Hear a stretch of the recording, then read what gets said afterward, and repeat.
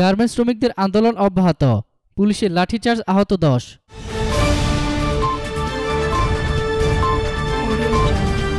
সরকারি মজুরি কাঠামো বৃদ্ধি বাস্তবায়ন ও সাভারে নিহত শ্রমিক হত্যার বিচারের দাবিতে চতুর্থ দিনের মতো সড়ক অবরোধ করে আন্দোলনে নেমেছে গার্মেন্টস শ্রমিকরা।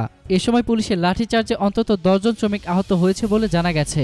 আজ সকাল 8:30 থেকে মিরপুরের কালশী 22তলা ভবনের সামনে ও 9:30টায় সাভারের ঢাকা আরিচা মহাসড়কে বিভিন্ন পয়েন্টে অবস্থান নিয়ে বিক্ষোভ করেছেন গার্মেন্টস শ্রমিকরা। এতে সড়কে যান চলাচল বন্ধ রয়েছে। পল্লবী থানার উপপরিদর্শক মোবারক করিম জানান, মজুরি কাঠামো বাস্তবায়নের দাবিতে তারা মূল সড়কে অবস্থান নিয়েছে। পুলিশের সদস্যরা সতর্ক অবস্থানে রয়েছেন।